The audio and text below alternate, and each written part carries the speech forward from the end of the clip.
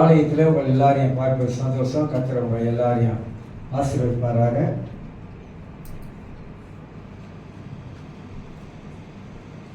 நாம நெகேமியாவுடைய தலைமைத்துவத்திலிருந்து எடுத்து அப்படியே நெகேமியா ஒரு ஆவிக்குரிய மனிதன் என்று சொல்லி, அப்படியே மத்திய 7ஆம் அதிகாரத்தில் ஒரு ஆவிக்குரிய மனிதன் எப்படி மற்றவர்களை குற்றவாளியாக தீர்க்கக்கூடாது என்ற இயேசு சொன்ன வார்த்தை எடுத்து அப்படியே பேசிக்கொண்டு உங்கள் மத்தியிலே 7ஆம் அதிகாரம் 1லேருந்து 5 வரைக்கும் சில காரியங்களை மத்தியில் நான் பேசிக்கொண்டு வருகிறேன். அதில் நான் பேசும் பொழுது முக்கியமான ஒரு காரியத்தை உங்கள் மத்தியிலே நான் சொன்னேன். ஆனால் ஆவிக்குரிய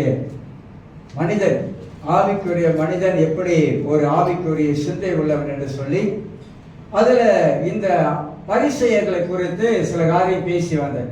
நீங்கள் பிரசனத்துடைய போர்வையை நீங்கள் கவனிச்சிங்கன்னா உங்களுக்கு அது சரியாக விலகிக் கொள்வதற்கு உதவியாக இருக்கும். ஆயக்காரன் அன்றைக்கு இந்த பரிசெயர்கள் ஆயக்காரில் ரொம்ப தாழ்வார் என்னன்னாங்க, தான் வாழ்க்கையில் ரொம்ப நல்லவனை போல, தான் ரொம்ப பரிசுத்தமான ஒரு வாழ்க்கையை வாழ்வது போல, அவனுடைய வாழ்க்கையில் எந்த குற்றமும் இல்லாதபடிக்கு தன்னை ஒரு மேலான ஒரு காரியத்தை உயர்த்தி காட்டுவதை குறித்து அப்படிப்பட்ட ஒரு எண்ணம் உள்ளவன் தான் இந்த பரிசேயர்கள் என்பதை குறித்து அறிந்து கொள்கிறோம். அதாவது ஆயக்காரர்கள் நல்லவர்கள் கிடையாது, அவர்கள் கீழானவர்கள் என்று சொல்லி தப்பான அவங்களுக்குள்ளாக எண்ணங்களை வைத்திருந்தார்கள். அதனால தான் மனிதனுடைய எண்ணம் தான் எல்லாவற்றுக்கும் மூல காரணம் அப்படின்னு பேசணும். மனிதனுடைய எண்ணம் தான், அவங்களுடைய சிந்தனை, அவங்க மைண்டு தான் எல்லாத்துக்கும் மூல காரணமாக இருக்குது என்பதை குறித்து போன வாரத்தில் ஒரு 4 காரியங்களை அதிலிருந்து எடுத்து உங்க மத்தியில் பேசினேன். ஒன்று நான் பேசும் பொழுது, முதலாவது பேசும்போது சேஞ்ச் யுவர் திங்கிங், அப்புறம் சேஞ்ச் யுவர் லைஃப் அப்படின்னு, உன்னுடைய சிந்திக்கிற விதத்தை நீ மாற்ற வேண்டும், அப்புறம் உன்னோட வாழ்க்கையை மாறி என்று சொல்லி இந்த போதனை ஒவ்வொரு கிறிஸ்தவர்களுக்கும் ரொம்ப ரொம்ப முக்கியமான ஒரு போதனை. இது ஒரு நீண்ட போதனை. நான் இதை நீண்ட இதுக்கு தொடர்ச்சியாக கொண்டு போல பிற்பாடு வரக்கூடிய காலங்களில் பல காரியங்களை இதில் நம்ம பார்க்க போகிறோம்.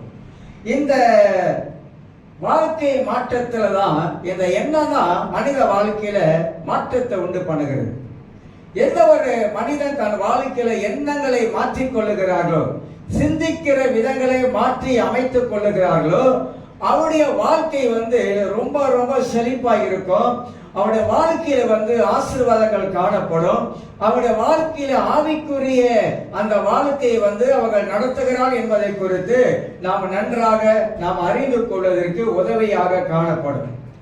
அதனால இந்த மனதை மாற்றக்கூடிய காரியங்கள், சிந்திக்கிற விதத்தை நாம் எப்படி மாற்றி அமைத்துக் கொள்ள வேண்டும் என்று சொல்லி 4 காரியங்களை பேசின. 2வது பேசும்போது நம்முடைய எண்ணங்கள் நல்லதையும் கெட்டதையும் சிந்திக்கக்கூடிய திறன் உள்ளது. திறன் சொன்னாக்கா நாம் மனதுக்குள்ளாக நல்லதையும் சிந்திக்கும், நம்முடைய மனதுக்குள்ளாக கெட்டதையும் சிந்திக்கும். கெட்டதுக்கு நாம் இடம் கொடுத்தா நம்முடைய வாழ்க்கை சீரழியும், நல்லதுக்கு இடம் கொடுத்தால் நம்முடைய வாழ்க்கை ஆசீர்வாதமான ஒரு ஆவிக்குரிய வாழ்க்கையை நாம் வாழ்வதற்கு அது உதவும் என்பதை குறித்து நான் சொன்னேன். 3வது சொல்லும் போது நல்லதை பேசும் கெட்டதை பேசும் எண்ணங்களின் மூலதான் வருது. நல்லதை பேசுவதும் கெட்டதை பேசுவதும் நம்முடைய எண்ணங்கள் மனதின் மூலமாகத்தான் அது வருது என்பதை குறித்து சொன்னேன். 4வது சொல்லி முடிக்கும் பொழுது ஆவிக்குரிய மனிதன் இதை கண்டு கொள்வான். ஒரு ஆவிக்குரிய மனிதனாய் இருந்தால் அவன் எப்படி யோசிக்கிறான், அவன் எப்படி சிந்திக்கிற மனிதனாய் காணப்படுகிறான் என்பதை அவன் இடம் கண்டு கொள்வான். அவன மனதுக்குள்ளாக அவனால் அறிய முடியும், அறிந்து கொள்ள முடியும் என்பதை குறித்து இந்த 4 காரியங்களை நான் பேசி வந்தேன். இன்றைக்கு நீதிமொழிகள் 19ஆம் அதிகாரத்தில், பிரபோஸ் 19ஆம் அதிகாரம் 21ஆம் வசனத்திலிருந்து ஒரு சில காரியங்களை இந்த காலவேளை சிந்திக்கலாம் என்று எண்ணுகிறேன். நாம் வேத வாக்கியங்களை நாம் கேட்பதோடு நாம் நின்று விடாதபடிக்கு வேத வாக்கியங்களை கேட்டவர்கள் அந்த வேத வாக்கியங்களை நம்முடைய மனதில் வைத்து நாம் சிந்திக்க ஆரம்பிக்கும் பொழுதுதான் மனதுக்குள்ளாக பரிசுத்த ஆவியானவர் ஒரு மாற்றத்தை நமக்குள்ளாக கொண்டு வருவார் என்பதை அறிந்து கொள்ள முடியும். வசனத்தை கொண்டுதான் வாழ்க்கையில மாற்றங்கள் உண்டு பண்ணுகிறார் பரிசுத்த ஆவியானவர். ஆகினால எண்ணங்கள் ஆதி காலத்திலிருந்து நம்ம பிறந்து வந்த காலத்திலிருந்து இந்த எண்ணங்கள் அதிகமாக கரப்பட்டு போயிருச்சு. தரப்பட்டு போயிடுச்சுனாக்கா, சின்ன வயது முதலே நாம இயேசுவை ஏற்றுக்கொள்வதற்கு முன்பதாகவே நம்முடைய மனது நல்லவைகளை அதிகமாக யோசிக்கல, சிந்திக்கல. கெட்ட காரியங்களே, தவறான காரியங்களை தான் அதிகமாக யோசித்து அதிலே நாம் எல்லாருமாக மூழ்கிறது. இன்றைக்கு கூட நம்ம பார்க்கும்போது ரட்சிக்கப்பட்டாலும் கூட நம்முடைய மனது புதுப்பிக்கப்படலை. மனது புதுப்பிக்கப்படலா, ஆவி புதுப்பிக்கப்பட்டுருச்சு. நமக்குள்ள இருக்கிற அந்த ஆவி புதுப்பிக்கப்பட்டுருச்சு. ஆத்மால இருக்கிற ஆவி புதுப்பிக்கப்படாததுனால தான் மனித வாழ்க்கையில இவ்வளவு பிரச்சனை. ஏக பிரச்சனை அப்படின்னாக்கா, நம்முடைய மனதில் வரக்கூடிய நிறைய காரியங்களை நாம் செயல்படுவதனாலே நிறைய பிரச்சனைகள் நமக்குள்ளாக உண்டாவது குறித்து வேத வசனமே நமக்கு தெளிவாக போதிக்கிறது. எந்த ஒரு மனிதன், கிறிஸ்தவர்கள், ரட்சிக்கப்பட்டவர்கள் வேதத்தை எடுத்து படித்து அதை தியானம் பண்ணி தம்முடைய மனதுக்குள்ளாக, உள்ளத்துக்குள்ளாக கொண்டு அதை எப்பொழுது யோசிக்கிறார்களோ அவனுடைய மனது கொஞ்சம் கொஞ்சமா நாளுக்கு நாளாக மாற்றம் அடைவதற்கு அது 100% உதவி செய்யும். மாறுகிற எண்ணங்களை குறித்து தான் நான் பார்க்கிறோம். 21வது வசனத்தை நீதிமொழிகள் 19:21 வாசிக்கிறேன் பாருங்க. மனிதனுடைய இருதயத்தின் எண்ணங்கள் அநேகம். மனிதனுடைய இருதயத்தின் எண்ணங்கள் அநேகம், கொஞ்ச நஞ்சல்ல, ஏகப்பட்டதான எண்ணங்கள் நமக்குள்ளாக இருப்பதை பார்க்கிறோம். ஆனாலும் கர்த்தருடைய யோசனையே நிலை நிற்கும். 2 ஆவிக்குரிய சத்தியத்தை இந்த இடத்துல நாம் பார்க்கிறோம். மனுஷனுடைய இதயத்தில் இருக்கிற எண்ணங்கள் அதிகமான எண்ணங்கள் எதை யோசிக்கிறது, அதிகமான எண்ணங்கள் எதை சிந்திக்கிறது. நான் போன வாரம் சொன்னேன், வாழ்க்கையில முன்னேற வேண்டும் என்ற எண்ணம் இருக்கணும். வாழ்க்கையில நான் முன்னேற வேண்டும். அதாவது ஒரு 50 வயசுக்கு மேல உள்ளவங்களை விட்டுருவோம். அதுக்கு கீழே உள்ளவங்க ஒரு 17 வயசு 16 வயசுல எடுத்துக்கொள்வோமே. 16 வயசுல இருந்து ஒரு மனிதனுக்குள்ளாக என்ன இருக்குன்னா, நான் வாழ்க்கையில முன்னேற வேண்டும், நான் படிப்புல முன்னேற வேண்டும், நான் எதை செய்தாலும் கர்த்தரின் வாழ்க்கையில வாய்க்கை செய்வார் என்றதான அந்த மாதிரியான எண்ணத்தை உங்களோட மனதுக்குள்ளாக போடும் பொழுதுதான் அந்த எண்ணங்கள் உங்க வாழ்க்கையில முன்னோக்கி கொண்டு போவதற்கு அது பெரிய உதவியா இருக்கும். இல்ல நான் இப்படிதான் இருப்பேன், நான் என்னுடைய ஜாதகத்தில் இப்படி சொல்லிட்டாங்க, என் அகராதியில இப்படி சொல்லிட்டாங்க, என் மண்டையில எழுதிட்டாங்க, சொல்றாங்களே என் மண்டையில எழுதிட்டாங்க, அதனால அது மாறவே மாறாது, நான் இப்படிதான் நான் இப்படிதான் அப்படின்னு சொல்றாங்க. அதெல்லாம் சாத்தானுடைய எண்ணங்கள். பிசாசு தான் அப்படி சொல்லுவான், உன் வாழ்க்கையில நீ வரமாட்ட. சில சொல்லுவாங்க, அந்த கை ரேகை இருக்குல்ல, அந்த கை ரேகை, இந்த ரேகை இந்த ரேகை ஸ்கோடு இருக்குல்ல, இந்த ரேகை இப்படி இப்படி ஏறிட்டா பெரிய ஆளா ஆயிரும் நம்புறாங்க நிறைய பேர். அப்படி இல்லை. நம்முடைய வாழ்க்கையில நம்மளை மாற்றி அமைக்கும் பொழுது நிச்சயமாக நம்முடைய எண்ணங்கள் பிரகாரம் தான் வாழ்க்கைன்னு போடப்பட்டிருக்கு. நாம எண்ணங்கள் பிரகாரம் தான் வாழ்க்கை. நாம வாழ்க்கை எப்படி அமைச்சுக் கொள்ளுகிறோம், எண்ணத்தின் மூலமாகத்தான் வாழ்க்கையை நாம் அமைத்துக் கொள்ள ஆரம்பிக்கிறோம். உலகத்துல நிறைய பாருங்க, இப்ப கேஸ் நிறைய, தமிழ் கேஸ்ல நிறைய வருது. 10 வயசுக்குள்ள கேள்விப்பட்டீங்களா? யூடியூப்ல எல்லாம் வந்துச்சு, தெரியாது உங்களுக்கு. நான் சில காரம் அனுப்பிவிடும், சில காரம் அனுப்பி விட மாட்டேன். அந்த பிள்ளை 12 வயசு 10 வயசு, ஆமாண்ணா 10 வயசு படிச்சுட்டு இருக்கிற பிள்ளை. அந்த பிள்ளை வீட்டை விட்டு வந்துருச்சு. அவனுடைய சொந்தக்கார பையிலே ஒருத்தன் கூட்டிக்கிட்டு வந்துட்டான். இப்போ பக்கம் போயிருச்சு. அது என்ன சொல்லுது, அந்த பிள்ளை என்ன சொல்லுதுன்னா, வீடியோ போட்டு அனுப்பி என்ன சொல்லுதுன்னா, எங்க வீட்டுல எனக்கு ரொம்ப டார்ச்சர். என்னதான் எங்க வீட்டுல ரொம்ப டார்ச்சர். எங்க அம்மா நான் சும்மா எப்ப பார்த்தாலும் ஏதாவது ஒண்ணு சொல்லிக்கிட்டே இருக்கிறாங்க. எனக்கு ஒரு ஃப்ரீடம் இல்லை, அதனால நான் வந்துட்டேன். நான் ஒரு நல்ல இப்ப சந்தோஷமா இருக்கிறேன், ஒரு இடத்துல ஏதாவது இருக்கிறேன். நான் ஒரு கூட்டாளி கூட இருக்கிறாங்க, படுப்பை விட்டுருச்சு, வந்துருச்சு. இன்னைக்கு உலகம் அப்படி. இன்னைக்கு என்ன, பிள்ளைங்களை நம்ம அன்பு காட்டுறதில்லை, சரியான அன்பு காட்டுறதில்லை பிள்ளைகிட்ட. எந்த நேரம் பார்த்தாலும் அது வேலை விட்டு களைச்சி போய் வீட்டுக்கு வர நேரத்துல நம்ம ஒரு படாத ஒண்ணு கேட்போம், இவ்வளவு நேரம் என்ன பண்ணான்னு ஒரு கேள்வி கேட்டோம். அது வேலை விட்டு வருது, களைச்சி போய் வருது. வந்த பிள்ளைகளுக்கு முதல்ல என்ன செய்யணும்? வரவேற்க தெரியணும். எப்படி வரவேற்க தெரியணும்? சிரிச்ச முகத்தோட வரவேற்க தெரியணும். பிள்ளைகளை அப்படி செய்யறது கிடையாது. பிள்ளைகள் எவ்வளவு பிரயாசப்படுறாங்கன்னு உங்களுக்கு தெரியாது, அவங்களுக்கு தெரியும். வேலை இடத்துல பல காரியங்கள் பல இருக்க வீட்டுக்கு வரும்போது பிள்ளைகளை அன்போடு வரவேற்கணும், முகமலர்ச்சியோடு வரவேற்கணும். இஞ்சித்தனை குறைய மாதிரி நம்ம மூஞ்ச வச்சுக்கிட்டு நமக்கு ஏதோ சில பிரச்சனை வச்சுக்கிட்டு பிள்ளைகள் மேல என்ன பண்ணக்கூடாது சொல்லுங்க? பிள்ளைகள் மேல நமக்கு 108 பிரச்சனை வச்சுக்கிட்டு பிள்ளைகளை போட்டு என்ன உரிமை தள்ளக்கூடாது. பிள்ளைகளை நேசிக்க தெரியணும். பிள்ளைகளை அழகா பிள்ளைகிட்ட உட்கார்ந்து பேச தெரியணும். எந்த பெற்றோராவது பிள்ளைங்க கிட்ட உட்கார்ந்து பாசமா 4 வார்த்தை பேசி இருக்கீங்களா? கிடையாது, பேசுறது கிடையாது. வந்தியா, போனியா, தின்னியா, படுத்தியா, போ. அப்புறம் காலேஜ் வேலைக்கு போலையா, போ. என்னவோ ஒரு பெரிய ஒரு சில வேலையில நம்ம ஆளுங்க ரொம்ப ரொம்ப தப்பு பண்றது எங்கன்னா வீட்டுல தான். ஏன் வீட்டுல தப்பு பண்றாங்கனாக்கா, இவங்க ஏதோ ஒரு மூட்டில் இருந்துகிட்டு ஆனா அந்த மூட்டை கொண்டாந்து பிள்ளைகிட்ட காட்டுறதுனால தான் பிள்ளைகளுக்கு நாலாவது அதை கேட்க கேட்க கேட்க ஃபெடப் ஆயிடுது. ஏன்னா எப்ப பார்த்தாலும் இப்படியே இருந்தா கேட்கிற பிள்ளைகளுடைய மனதை பாதிக்குது, இதயத்தை பாதிக்குது. உட்கார்ந்து பேச தெரியல, உட்கார்ந்து பேசலாம் கடா படா அடா அப்படின்னு பேசி உளறி கொட்டி அது கேட்க வேஞ்சி போயிடும். ஏன்னா நமக்கு அந்த அளவுக்கு என்ன இல்லை, லேக் ஆஃப் நாலேஜ், வேற ஒன்றும் இல்லை. குறைவான நமக்கு அறிவு இருக்கிறதுனால தான் நம்ம அணுகக்கூடிய முறை நமக்கு தெரியல. அவன் தப்பே பண்ணாலும் அணுகிற முறைன்னு ஒண்ணு இருக்கு. அணுகிற முறையோட நம்ம அணுகினாக்கா தப்பு பண்றவனை திருத்திடலாம். பாசத்தின் மூலமாக திருத்த முடியாத காரியம் ஒண்ணு இல்ல பாசம் ரொம்ப பாசம் வச்சதுனால ரொம்ப பெரிய இல்ல. பாசத்தோட கூட சேர்ந்து சின்ன ஒரு கண்டிப்பும் இருக்கும்போது அந்த பாசம் வெல்ல ஆரம்பிக்கும். அதை விட்டுட்டு நம்ம பிள்ளைகளுடைய மனதில் நிறைய காரியத்தை நம்ம போடுறதுனால பிள்ளைங்க யோசிக்க ஆரம்பிக்கிறாங்க.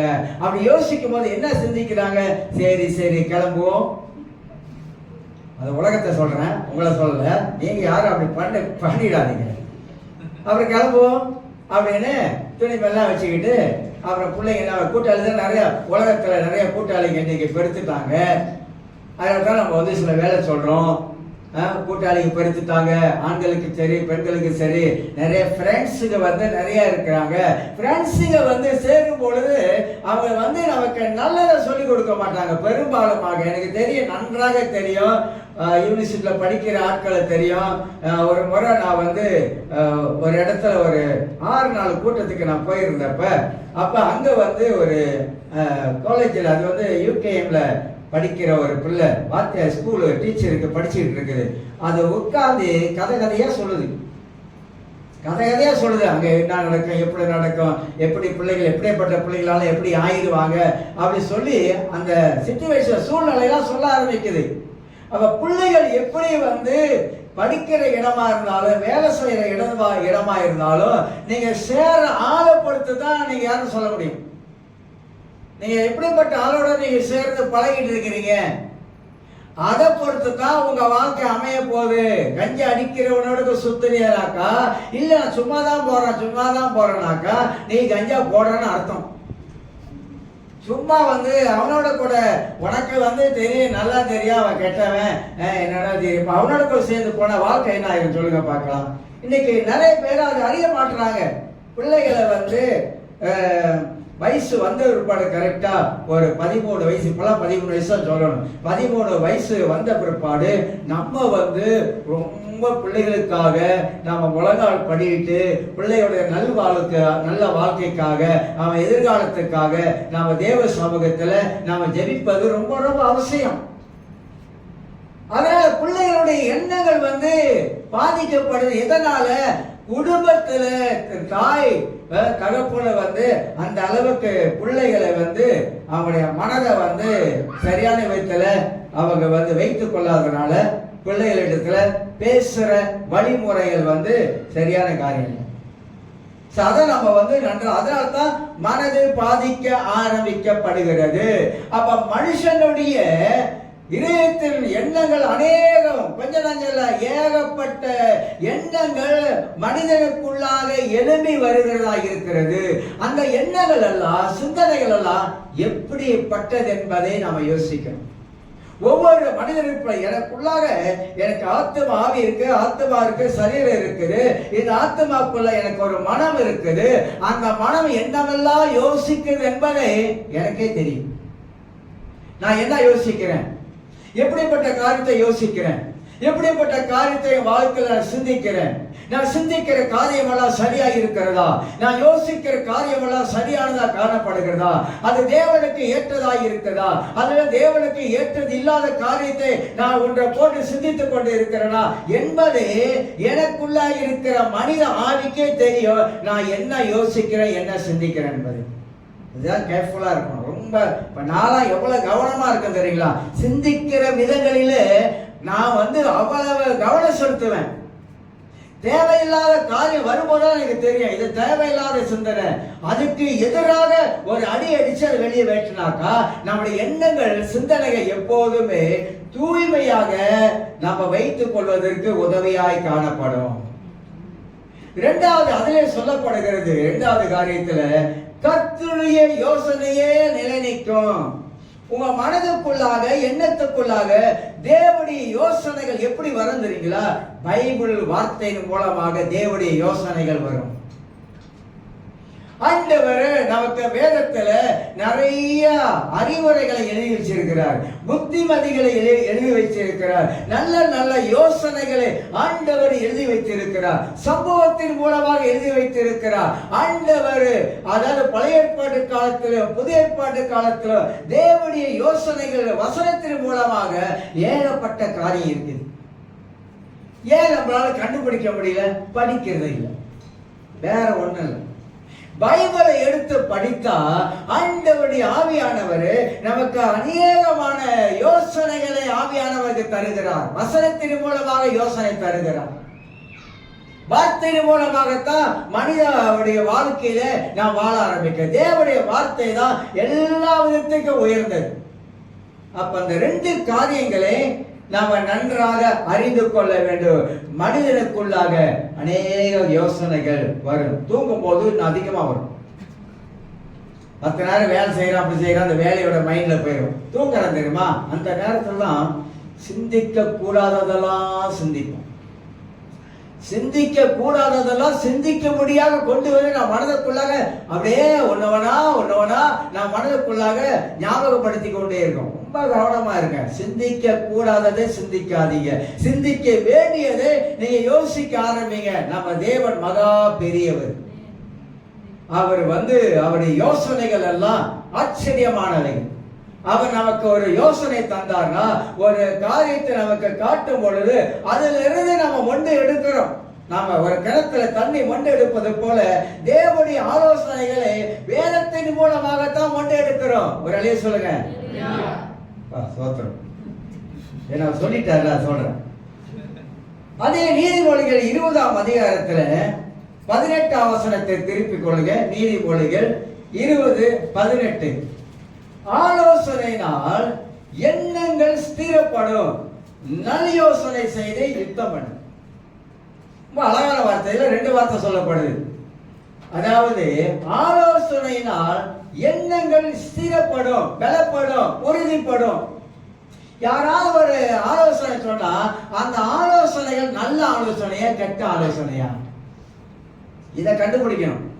நல்ல ஆலோசனை என்றால் நமக்கு தெரியும் இது நல்ல ஆலோசனை என்பதை நீங்க எடுத்துக்கொண்டீங்கன்னாக்கா அந்த நல்ல ஆலோசனை இருக்கிற அந்த எண்ணங்கள் ஸ்திரப்படும்.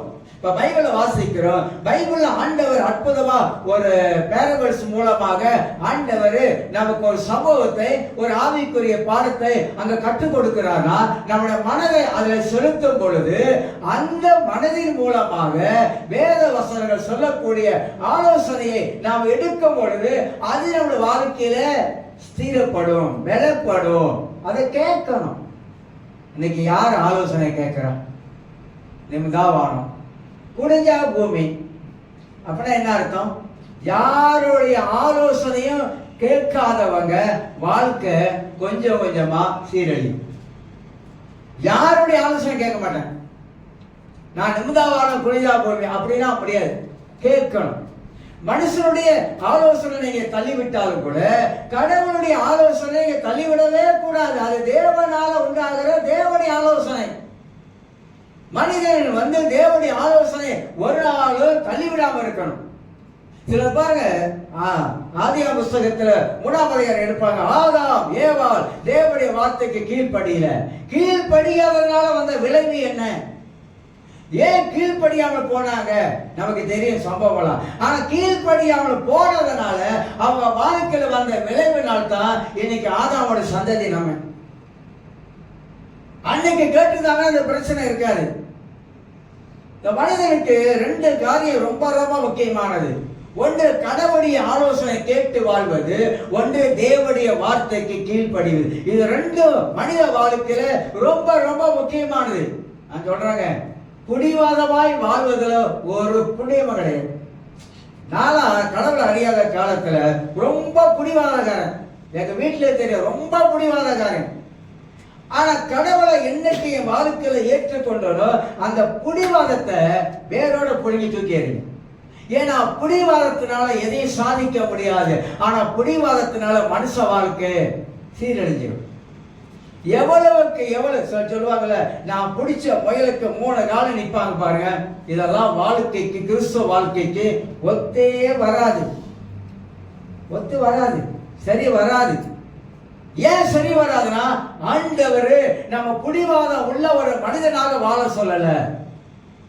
ஆண்டவர் அதை எல்லாவற்றையும் நம்ம வாழ்க்கையில தூக்கி எறிய சொல்றாரு. கோதுமை மணியானது நிலத்திலே விழுந்து செத்ததையாகில். யோவான் 12:24 கோதுமை மணி நிலத்திலே விழுந்து சாகணும். அது செத்தாதான் பலன் கொடுக்கும். வாழ்க்கையில சாக வேண்டிய பகுதி சாக வேண்டும். நான் எல்லாருக்கும் சொல்றேன், நாம இருக்கிற காலங்களில நாம நல்லவர்களாக வாழ தெரிய வேண்டும். நாம் இருக்கிற காலங்களில நாம நல்ல எண்ணமுள்ளவர்களாக வாழ தெரிய வேண்டும். நாம் இருக்கிற காலங்களில நம்முடைய வாழ்க்கை ஆண்டவருக்கு அர்ப்பணிக்கப்பட்ட, ஒப்பு கொடுக்கப்பட்ட அந்த வாழ்க்கையில நாம் வாழ தெரியணும். அதுதான் வாழ்க்கை. இல்லைன்னா பாருங்க, இன்னைக்கு குரூப்ல அனுப்பிவிட்டேன், பெண்கள் குரூப்ல பாஸ்டர் ரேணுகோபாலன் இறந்துட்டாரு. மனுஷ வாழ்க்கை அவ்வளவுதான். எவ்வளவு நாளைக்கு மனுஷன் அந்த உலகத்துல வாழ முடியும் நம்ம நினைக்கிறோம்? இல்லைங்க. அப்படி நினைக்கிறவங்களா சீக்கிரம் போயிடுவாங்க. அதாவது மனித வாழ்க்கை என்பது இந்த உலகத்துல வாழ்ற வரைக்கும் தான். அந்த வாழ்க்கை ஆண்டவருக்காக அந்த வாழ்க்கை இருக்கக்கூடும் என்றால் அந்த வாழ்க்கையில ஆசீர்வாதம் இருக்குன்றேன். அந்த வாழ்க்கையில மகிழ்ச்சி இருக்குது, அந்த வாழ்க்கையில சந்தோஷம் இருக்குது. அந்த வாழ்க்கையை ஆண்டவரே நடத்துவார். அப்படி வாழ நம்ம பழகி கொள்ள வேண்டும். வாழ்க்கையில மேடு பள்ளம் இருக்கத்தான் செய்யும். வாழ்க்கையில பிறந்துட்டு வாழ்றோம். ஆனா கடவுளை அறிந்து கொண்டோம். ஆனா ஞானம் உள்ள ஒரு வாழ்க்கை நாம் வாழ வேண்டும் என்று கர்த்தர் விரும்புகிறார். பைபிள்ல எவ்வளவோ ஆண்டவர் கொட்டி வச்சிருக்கிறாரா, ஆலோசனைகளை கொட்டி வச்சிருக்கிறாரு. நமக்கு வேண்டிய ஞானத்தை கொட்டி வச்சிருக்கிறார். அறிவுள்ளவனாக எப்படி வாழ்வது என்பதை கொட்டி வச்சிருக்கிறார். எல்லாமே இந்த பைபிள்ல தான் அடங்கியிருக்கு. பைபிளை வாசித்தா அந்த வாசிக்கிற அந்த மனிதனுடைய வாழ்க்கையில இந்த வசனமெல்லாம் கிரியை செய்ய ஆரம்பிக்கும். நல்லா இருக்கணும் வாழ்க்கையில நல்லா இருக்கணும். வாழ்க்கையில உயர்ந்து போகணும். இருக்கிற மாதிரியே இருக்கக்கூடாது. கொஞ்சம் கொஞ்சம் வாழ்க்கையில மேல வர்றதுக்கு நம்ம பிரயாசப்பட வேண்டும். ஆக இந்த 18ஆம் வசனத்துல ஆலோசனையினால் எண்ணங்கள் ஸ்திரப்படும், நல்ல யோசனை செய்து யுத்தம் பண்றது கூட நல்லா யோசிக்கணும். அந்த காலத்துல சொல்றேன், இப்ப யாருக்கிட்டையும் போய் யுத்தம் பண்ணாதீங்க. பைபிள் சொல்லியிருக்கு, யுத்தம் பண்ணும் போது நல்லா யோசிக்கணும். நல்லா யோசனை பண்ணிட்டேன், இப்ப போய் நான் சண்டைக்கு போக போறேன் அப்படின்னு.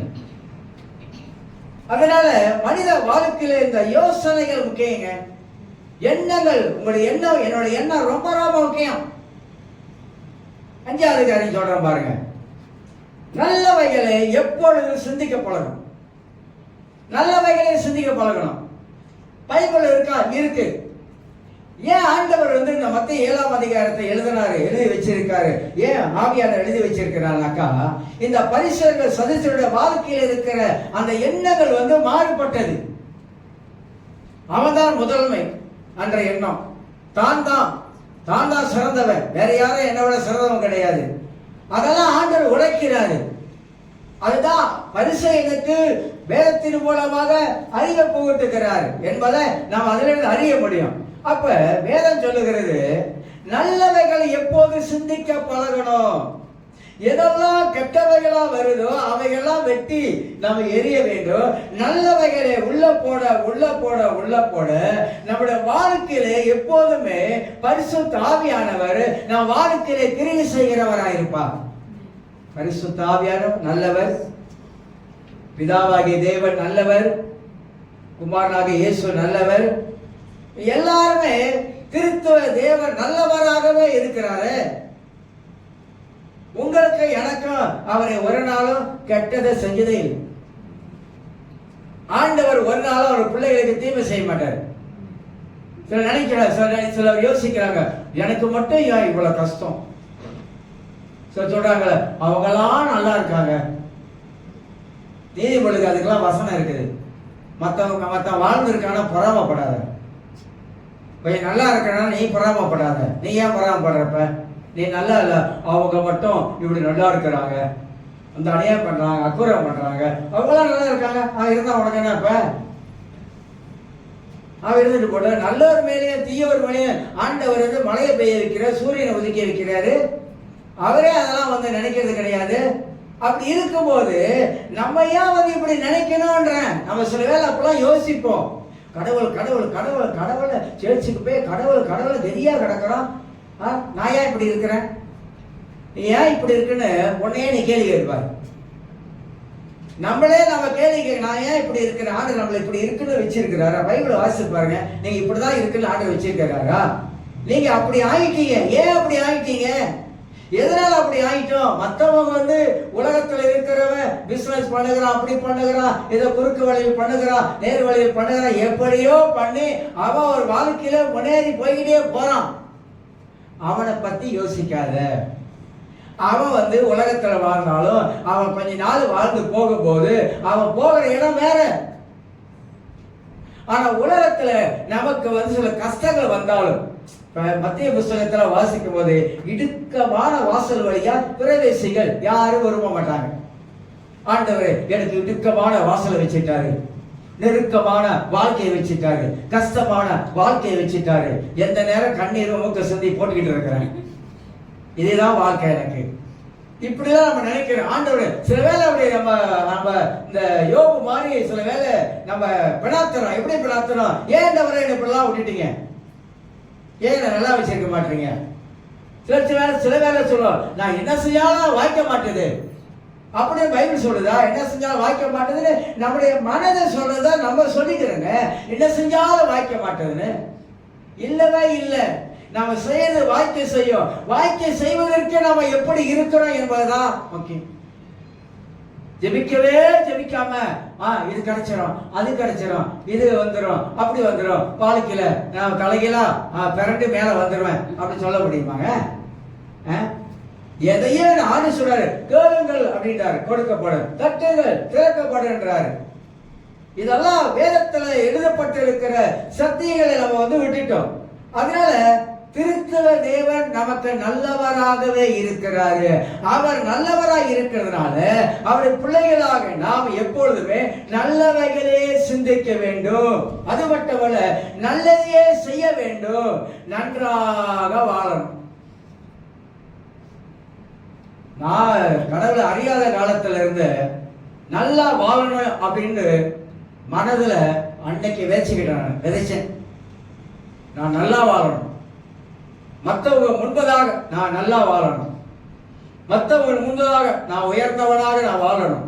என் மனதில் நான் வச்சுக்கிட்டேன். அப்பயே கடவுளை அறியாத காலத்துல என் மனதில் அந்த மாதிரியான முற்போக்கான அந்த எண்ணங்கள் என் மனசுக்குள்ள இருந்தது. இப்ப கடவுளை அறிந்து கூட நான் அப்படிதான் வாழ ஆரம்பித்தேன். அந்த மாதிரி எண்ணங்களை நீங்க விதைக்கணும். ஏன் நீங்க ஒரு பணக்காரன் ஆகக்கூடாதா? பணக்காரனா நீ நினைக்கிறீங்க, இப்ப நான் பணக்காரனா ஆகிறதுக்கு இருக்கிறதே 2000 வெள்ளி சம்பளம், அதுல எப்படி பணக்காரனா ஆக முடியும்? குருவி மாதிரி சேர்த்து வைங்க. நீங்க குருவி சேர்த்து வைக்கிற மாதிரி கொஞ்சம் சேர்த்து வைங்க. அப்புறம் ஒரு 10 வருஷத்துக்கு போய் பணத்தை பாருங்க எவ்வளவு இருக்குன்னு. கொஞ்சம் கொஞ்சம் சேர்த்து வைக்கிறது நமக்கு என்ன ஆகும்? அது பெரிய உதவியா இருக்கும்னு சொல்ல வரேன். ஆனா நம்ம இல்ல என்னால ஆக முடியாது. நீங்க ஏன் அப்படி யோசிக்கிறீங்க? உங்களால முடியுது நீங்க தீர்மானம் பண்ணீங்கன்னா மனதுல நிச்சயமா முடியும். அப்புறம் யோசிப்பீங்க, ஆமா நான் இருந்த நிலைமையை விட இப்ப இருக்கிற நிலைமை கர்த்தர் என்னை உயர்த்தி வச்சிருக்கிறாரு, என் உழைப்புல உயர்த்தி வச்சிருக்கிறாரு, என்னுடைய வீட்டு நிலைமைகள்லாம் உயர்த்தி வச்சிருக்கிறாரு, என் பண ரீதியில நான் உயர்த்தி வச்சிருக்கிறேன், எல்லா ரீதியிலையும் என் ஆவியாத்ம சரீரத்துல நான் வாழ்ந்து இருக்கிறேன், நான் சுகமா இருக்கிறேன். இந்த மாதிரியான எண்ணங்களை வளர்க்க வளர்க்க வளர்க்க நிச்சயமாக ஆண்டவர் நல்லவராய் இருப்பது போல உங்க வாழ்க்கையிலோ உங்களுடைய எண்ணத்தில் ஆண்டவர் நல்லவைகளை விதைத்து நீங்க உயர்ந்தவராக இந்த இடத்துல இருக்க வேண்டும். இந்த உலகத்துல நீங்க உயர்ந்தவராக இருக்க வேண்டும் என்பது தேவ சித்தம். யாரு தாழ்ந்த நிலைமையில வாழணும் அப்படின்றது தேவனுடைய விருப்பம் இல்லை. சிலர் பாட்டு படிப்பாங்க, ஏழையா என்னை என்று. நான் எப்போதும் அந்த பாட்டை அப்படி படிப்பேன். என் மனசுக்குள்ள எப்படி படிப்பேன்னா, ஏழையா என்றும் அப்படி இல்லை, நான் ஏழையா என்றும் அப்படி இல்லை, ஏழையா என்றும். நம்ம ஏழையா? கிறிஸ்துக்குள்ள நம்ம எல்லாரும் ஐஸ்வர்யவான்கள். இப்ப அந்த வார்த்தையில நம்ம ஏழையானா அவன் என்ன வருது? நான் ஏழை, நான் கிறிஸ்துவுக்குள்ள ஐஸ்வர்யவான்க. இந்த மாதிரி சில வார்த்தைகள் நம்மள கீழே கொண்டு போவோம். ஆனா கீழே கொண்டு போறதுக்கு விடாதபடிக்கு நீங்க உங்க மனதுல தேவனுடைய வார்த்தையை நீங்க விதைக்க ஆரம்பித்தா, இல்ல கர்த்தர் நல்லவர், ஆவியானவர் நல்லவர், இயேசு நல்லவர், எனக்காக ஜீவனை தந்தவர், என்னை வாழ வைக்கிறவர், என்னை விடுவித்தவர், என்னை சுகமாக்கினவர், இப்படி எல்லாம் உங்க மனதுல நீங்க போட போட போட நீங்க நன்றாக இந்த பூமியில வாழுவீங்க. சொல்லுங்க பார்க்கலாம். நீங்க வாழணும். நீங்க வாழ பிறந்தவங்க, நீங்கள் நானும் வாழ பிறந்தவங்க. சர்ப்பங்களையும் தேள்களையும் சத்துருக்கூடிய சகல வல்லமையும் நம்ம மிதிப்பதற்கு ஆண்டவராக இயேசு நமக்கு அந்த வல்லமை அதிகாரத்தை கர்த்தர் கொடுத்திருக்கிறார். அந்த அதிகாரத்தை பயன்படுத்துங்க. உங்க மனதை காக்கிறதான பிசாசுடைய வல்லமை கீழே தள்ளுங்க. உங்க மனதை குழப்புகிற பிசாசு ஆவிகளை இயேசுவின் நாமத்தில் விரட்டுங்க. விரட்டணுங்க. நம்ம விரட்டினாதான் அவன் போவான். நம்ம விரட்டா விட்டா அவன் போக மாட்டான். வந்து மனக்கதவை, இந்த கதவு இருக்குல்ல, தட்டிக்கிட்டே இருப்பான். தட்டத நிப்பாட்ட, போடா வெளியே அப்படின்னு சொல்லி பாருங்க. நீ தட்டனது போத நிப்பாட்டு, வெளியே போ அப்படின்னு சொன்னீங்கன்னா அவன் தட்டதை நிப்பாட்டிட்டு வேற எங்கேயாவது போயிடும். நீங்க நுழைய முடியாது, அவனுக்கு தெரிஞ்சிடும். அதனால நாம் எல்லாருமாக நன்றாக வாழ வேண்டும், நல்லதை செய்ய வேண்டும், நல்லவைகளை பேச பழக வேண்டும் என்பதை நாம் அறிந்து கொள்ள வேண்டும். அப்ப 5வது, நல்லவைகளை எப்போது சிந்திக்க பழகும். நல்லதை யோசிங்க. ஏன்னா பிலிப்பியர் 4ஆம் அதிகாரத்துல 8ஆம் வசனத்தை நான் ஏற்கனவே உங்களுக்கு எல்லாம் காட்டி இருக்கிறேன். பாருங்க, பைபிள் என்ன சொல்றது, வேதம் நமக்கு என்ன போதிக்கிறது, அங்க வந்துடணும். பைபிளுக்குள்ளாக நீங்க வந்துட்டீங்கன்னாக்கா வேதம் நமக்கு என்ன சொல்லுகிறது என்பதை நாம் அறிந்து கொண்டா அந்த வேத வாக்கியங்களை நாம் வாழ்க்கையில எடுத்து பயன்படுத்த ஆரம்பிக்கும் பொழுதுதான் அது வேலை செய்ய ஆரம்பிக்கும். பயன்படுத்தாத வரைக்கும் அதுல எந்த பலனையும் பார்க்க முடியாது. 4ஆம் அதிகாரம் 8ஆம் வசனம், கடைசியாக சகோதரரே, பிலிப்பியர் மக்களுக்கு பல காரியங்களை சொல்லிவிட்டு பவுல் இப்படி சொல்றாரு, கடைசியாக சகோதரரே, உண்மை உள்ளவைகள் எவைகளோ பொய்யா நம்பாதீங்க. உலகத்துல நிறைய மதங்கள் நிறைய வருது, அதெல்லாம் நம்பிடாதீங்க. எது உண்மை அதை நம்புங்க. உண்மை உள்ளவைகள் எவைகளோ அவைகளை, ஒழுக்கம் உள்ளவைகள் எவைகளோ, நீதி உள்ளவைகள் எவைகளோ, கற்புள்ளவைகள் எவைகளோ, அன்புள்ளவைகள் எவைகளோ, புண்ணியம் எதுவோ, புகழ் எதுவோ அவைகளையே சிந்தித்துக் கொண்டிருங்கள். எதை சிந்திக்கணுமா? பைபிள் எதை சிந்திக்க சொல்லுது? எதை அதிகமாக யோசிக்க சொல்லுது? இப்படிப்பட்டவைகளே உங்க மனதில் வைத்து நீங்க யோசிக்க ஆரம்பிங்க, சிந்திக்க ஆரம்பிங்க. உங்க மன தெளிவடையும். மனதுக்குள்ளதான் எல்லாம் ஓடிக்கிட்டு இருக்குது. இப்ப கூட உட்கார்ந்துக்கிட்டு பார்க் பண்ணிட்டு மனது எங்க போயிடுச்சுன்னு தெரியாது, எங்க வெளியே போயிடுச்சுன்னு தெரியாது. அடுப்புல கறி வச்சேன், சாத்தனா சாத்தலையா தெரியலையே. அயன் பெட்டியை திறந்தேன், அயன் பண்ண காலையில அடைச்சனா அடைக்கலையா தெரியலையே. சாத்திருப்பா இல்லையா, போறதுக்குள்ள என்ன ஆயிருப்பா தெரியலையே. சில பேர் அப்படிதானே, எல்லாம் வந்து உட்கார்ந்து இருப்பாங்க. மைண்டு மட்டும் எங்க போயிருப்ப, நம்முடைய எண்ணங்கள் வந்து இப்ப எங்க போகுது, அப்படியே வெளியே போயிடுச்சு. வெளியே போயிட்டு அது சேர்க்க கூடாததெல்லாம் கொண்டாந்து நமக்குள்ள சேர்க்குது. தேனு கூடு கட்டுதுன்னா அந்த தேனு எவ்வளவு பிரயாசப்பட்டு வெளியே போய் பூக்களை இருக்கிற தேனெல்லாம் கொண்டு வந்து கொஞ்சம் கொஞ்சம் கொஞ்சம் கொஞ்சமா உள்ள கொண்டாந்து சேர்த்து வச்சு கடைசியா பார்த்தா அவ்வளவு தேன் அதுக்குள்ள இருக்குது, சேர்த்து வைக்குது, நல்லவைகளை சேர்த்து வைக்குது. அது போல நம்முடைய வாழ்க்கையில நல்லவைகளை நாம் மனதுக்குள்ளாக நீங்க சேர்த்து வச்சுக்கலாம். ஐயோ அப்படி ஆயிருமா, அப்பவே நினைச்சேன். எப்ப? அப்பவே நான் நினைச்சேன். அப்பவே என்ன நினைச்சேன்? நினைக்க கூடாததை நினைச்சேன். நினைக்க வேண்டியதை நினைச்சிருக்கனாக்கா இப்படி ஆயிருக்காது. அப்ப சொல்லுவோம், அப்பவே நான் நினைச்சேங்க இப்படி ஆயிரும் அப்படின்னு நினைச்சேங்க. நினைக்காதீங்க, அதெல்லாம் நினைக்க கூடாததை நீங்க நினைக்காதீங்க. நினைக்க வேண்டியதை உங்க மனதுல போட ஆரம்பிங்க. ஒரு 5 நிமிஷம் பேசி முடிச்சாரு. ரொம்ப நேரம் பேசினாலும் பிரயோஜனப்படாது. மனுஷன் கிரகிக்கக்கூடிய மனது கொஞ்சம் சில சொல்லுவாங்க 20 நிமிஷம் தான்.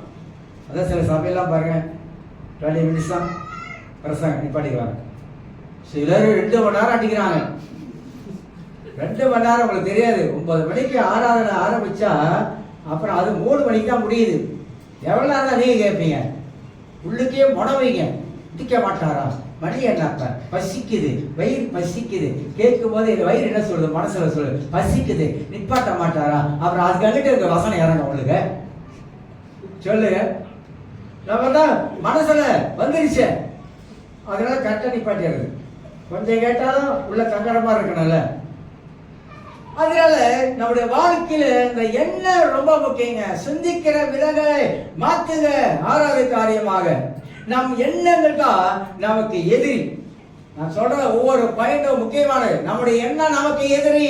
ஆமாவா? ஆமா, நமக்கு எனக்கு எதிரி என்னுடைய எண்ணம் தான். இதுல வந்து இந்த பிசாசு எப்படி கொண்டு வரானாக்கா, கடவுளுடைய வார்த்தைகளை நான் உள்ள வைத்து அதை யோசிக்காத படிக்கு கடவுளுடைய வார்த்தைக்கு எதிராக கொண்டு வருவதனால என்னுடைய எண்ணங்கள் எனக்கு எதிராக மாறுகிறது. என்னுடைய எண்ணங்கள் எனக்கு எதிரியா வருவதனால தான் நான் செய்யக்கூடாததெல்லாம், நான் பேசக்கூடாதெல்லாம் என் வாழ்க்கையில நான் செய்ய ஆரம்பிக்கிறேன். இந்த எண்ணம் தாங்க நமக்கு எதிரி. சிலர் பாருங்க, உன்னை நினைச்சு நினைச்சு நினைச்சு நினைச்சு நினைச்சு நல்லா இப்படி சாப்பிட்டு இருந்தவங்க கொஞ்சம் கொஞ்சமா கொஞ்சம் கொஞ்சமா அப்படியே உடம்பை இழைச்சி இழைச்சி இழைச்சி ஏமா அப்படி இழைச்சி போயிட்டீங்க அப்படின்னு கேட்டா அப்பதான் கதையை சொல்லுவாங்க. என்ன கதை சொல்லுவாங்க? ஒரு காரியத்தையே நினைச்சு நினைச்சு நினைச்சு நினைக்கிறதுனால மனித வாழ்க்கையில இந்த மனம் வந்து அந்த அளவுக்கு நம்மளை பலவீனப்படுத்துது. ஓவர் திங்கிங் சொல்றாங்களா? ஐயோ பின்னால வலிக்குது. ஆமா, பின்னால வந்து சிந்திக்கிற மூளை இருக்குது. இதெல்லாம் உள்ள சேர்த்து வச்சுக்கிற மூளை பின்னால.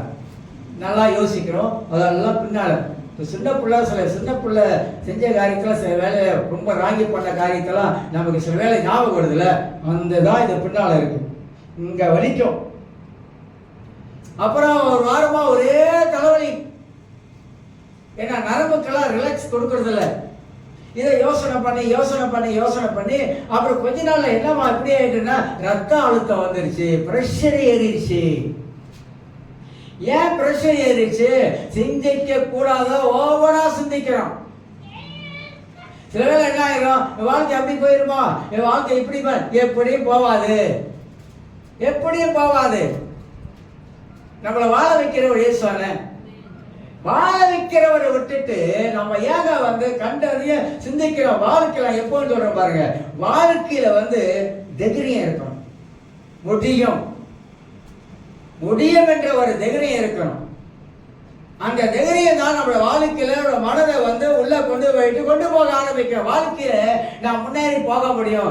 எவ்வளவு வாழ்க்கையில கடல் போல கொந்தளிப்பு வந்தாலும், எவ்வளவு மலைகள் நின்னாலும் என்னால அதை தாண்டி போக முடியும். என்னை பலப்படுத்துகிற கிறிஸ்துவினால எல்லாவற்றையும் செய்வதற்கு எனக்குள்ளாக ஒரு சக்தி இருக்குது, ஒரு வல்லமை இருக்குது. அந்த வல்லமை, அந்த சக்தி எல்லாவற்றையும் தாண்டி போக எனக்கு உதவி செய்யும். என்னை பலப்படுத்துகிற கிறிஸ்துவினால. ஏன்னா பவுல் ரொம்ப கஷ்டத்தை மத்தியில் போனார். அதான் அந்த வார்த்தையை பயன்படுத்துகிறார் வெளிப்பெரு சகோதரர். பலப்படுத்த முடியும் கர்த்தரால என்னை பலப்படுத்தும். அவரால முடியாத காரியம் ஒன்றுமில்லை, எல்லாம் அவரால கூடும், எல்லாம் அவரால் கூடுங்க. நம்பிக்கையும் விசுவாசம் வேற. ஒரு மனிதன் காணுகிறத நம்புகிறான், ஒரு மனிதன் காணாததை விசுவாசிக்கிறான். காணாததை விசுவாசிக்கிறோம். கடவுளை பார்த்ததில்ல, ஆனா பைபிள்ல பார்க்கிறேன் கடவுள் யார் என்பதை, அவர் எப்படிப்பட்டவர் என்பதை, எப்படி உதவி செய்வார் என்பதை, எனக்காக அவர் ரத்தம் சிந்தினார் என்பதை நான் பைபிள்ல பார்க்கிறேன். ஆனால் நிச்சயமாக அவர் என்னை ஒரு நாளும் தரை தட்ட விட மாட்டாரு. மாத்துங்க எண்ணத்தை. என் அதெல்லாம் சொன்னாக்கா ஒரு ஆளோட ஓடிடுறேன் கீழே லிப்ட் எடுத்து. ஆனா நான் ஏன் அப்படி நிக்கிறேன் அப்படின்னா, எனக்குள்ள இருக்கிறவர் பெரியவர். எனக்கு எவ்வளவு தாக்குதல் வரலாம், சைட்ல வரலாம், பலவிதத்துல வரலாம். நான் நிக்கிறேன். ஏன் நிக்கிறேன்னா, நான் யூத ராஜ சிங்கத்துடைய பிள்ளை. என்னால நிக்க முடியும், என்னால எதையும் சமாளிக்க முடியும், என்னால மேற்கொள்ள முடியும், என்னால ஜெயிக்க முடியும், என்னால முன்னேறி போக முடியும். வாழ்க்கைய நான் மனிதனாக இருக்கிறேன். ஆனா பலவிதமான காரியம் வந்தாலும் நான் என்ன யோசிக்கிறேன், என் ஆண்டவர் எனக்கு நல்லவராய் இருக்கிறார். கர்த்தர் நல்லவரா இருக்காருங்க. நம்ம கீழே தள்ளி எங்கேயாவது போய் நம்மளை விட்டுற மாட்டாருங்க. அந்த மாதிரியான ஒரு எண்ணத்தை வாழ்க்கையில கொண்டு வர வேண்டும். ஆகையினால் ஆறாவதாக நம்முடைய எண்ணங்கள் தான் நமக்கு எதிரி. அதை அளவோத விடாதீங்க. தமிழ்ல ஒரு பாட்டு படிச்சான் தெரியுங்களா? படிக்கலாமா? ஐயோ படிச்சிடாதீங்க பாஸ், ஃபுல் ஃபீட் பாஸ். இது ரொம்ப மிஞ்சின நீதிமன்றம் இருக்காங்க உலகத்துல. மனம் ஒரு குரங்குனா, மனம் என்ன இருக்கு, அது குரங்கு. அத கொஞ்சம் நீங்க செலக்ட் பண்ணிட்டீங்கன்னா அது இங்கே இருந்து அங்க தாவும், அது அங்க இருந்து இங்க தாவும். இப்படி தாவ விட்டீங்க, நீங்க தாவா ரொட்டி ஆயிருவீங்க. அவ்வளவுதான். மனம் ஒரு குரங்கு, அது அங்க இங்க தாவும். அது தாவறதுக்கு, அது அளவோதற்கு நாம இடமே கொடுக்க கூடாது. புதிய ஏற்பாட்டுல 3 காரியம் சொல்லப்படுறது. பிசாசுக்கு எதிர்த்து நெல்லுங்கள், அப்போது அவன் உங்களை விட்டு ஓடி போவான். அப்புறம் இன்னொரு வார்த்தை சொல்லப்படுது. பவுல் சொல்றாரு, பிசாசை திரத்துங்கள். திரத்தணும், மனதில் வர்றதெல்லாம் சாத்தான தோர்த்தணும். அப்புறம் பிசாசுக்கு இடம் விடாதிருங்கள். 3 வார்த்தை தான் போடு. பிசாசுக்கு மனதுல எண்ணத்துல கொஞ்சம் கூட சல்லி காசு கூட நாம என்ன செய்யக்கூடாது, இடமே கொடுக்க கூடாது. கொடுக்காதீங்க. நம்ம வாழ வைக்கிற தேவன் நமக்காக இந்த உலகத்துல ரத்தம் சிந்தி இருக்கிறார். அந்த ரத்தத்தினாலே நாம் எல்லாருமாக விடுதலையாக்கப்பட்டு இருக்கிறோம். யாரோட நிப்பாட்டுகிறேன், அவருடைய ரத்தத்தினாலே நாம் எல்லாருமாக மீட்கப்பட்டு இருக்கிறோம், விடுதலையாக்கப்பட்டு இருக்கிறோம். சாத்தானை ஆண்டவர் தோற்கடித்து இருக்கிறாரு. ஆங்கிலத்தில் எப்போ சொல்ல ஒரு வார்த்தை, under my feet, Satan is under my feet அப்படி ஒரு பாட்டே இருக்கு. அது அந்த காலத்துல அந்த பாட்டெல்லாம் ரொம்ப ஃபேமஸா படிப்பாங்க.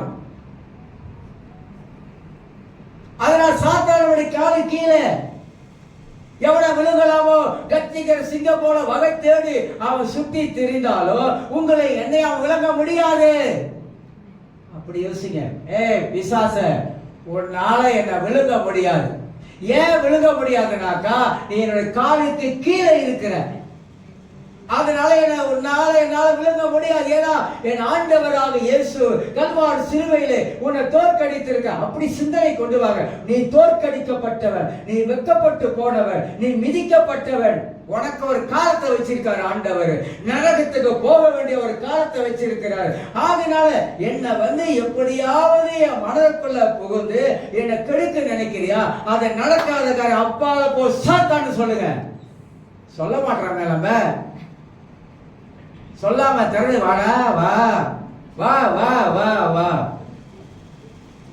அப்படின்னு ஒரு சேர்ச்சில் ஒரு பாட்டு படிப்பாங்க. வக வக வக வக ஆவியானவரே. நான் நினைச்சிட்டேன் போக போக போக போக ஆவியான பாட்டு படிக்கிறாங்க. வக வக வக வக அதை கொஞ்சம் ஸ்வீட்டா படிக்கிறது. வக வக வக வக அந்த மாதிரி சில வேளைகளை நம்ம தேவனுடைய வார்த்தையில் இருக்கிறதான மேன்மை, மகிமை, முக்கியத்துவத்தை நம்ம அறியாத இருக்கிறனால்தான் நான் மனது காலியா இருக்குது. காலியா இருக்கிறதுனால அலப்போகுது. எங்கே தேடுவேன் அலப்போகுது. சிந்தனை அலப்போகுது. எண்ணங்கள் அலப்போகுது. ஒன்றும் புரியல, ஒன்றும் விளங்க மாட்டேது. சில வேலைகளை பாருங்க, நம்ம ஒரு குழப்பமான மனநிலைமையில இருக்கும் பொழுதுதான் சில வேலைகளில் நம்ம சில தீர்மானம் எடுக்கிறது இல்லைங்களா? ரொம்ப ரொம்ப தப்பு. குழப்பமான நேரத்துல, குழப்பமான சிந்தை உள்ள நேரத்துல தீர்மானத்தையே எடுக்காதீங்க. ஏன்னா நீங்களே குழம்பி போய் இருக்கிறீங்க. எப்படி ஒரு நல்ல தீர்மானம் உங்களுக்கு வரும்? எப்படி நல்ல தீர்மானத்தை எடுப்பீங்க? எடுக்க முடியாது. அதுக்கு என்ன செய்யணும்? பேசாம நீங்க பைபிளை எடுத்து, புதிய ஏற்பாட்டை எடுத்து படிச்சுக்கிட்டே வரணும். ஆண்டவரே, இந்த குழப்பமான நேரத்துல நான் ஒரு நாளும் என் வாழ்க்கையில தீர்மானத்தை எடுக்கக்கூடாது. ஆண்டவரே, இந்த வாசிக்கிற வார்த்தையின் மூலமாக பரிசுத்த ஆவியானவரே எனக்கு சரியான தெளிவான ஒரு எண்ணத்தை தாங்கன்னு சொல்லி நீங்க படிச்சீங்கன்னா வசனம் நம்ம சிந்தனையை தெளிவாக்கும். செஞ்சு பாருங்க. செஞ்சு பார்த்தாதான் நம்ம வாழ்க்கையில வெற்றியை பார்க்க முடியும். எல்லாரும் எழுதிருக்கலாம். அப்படி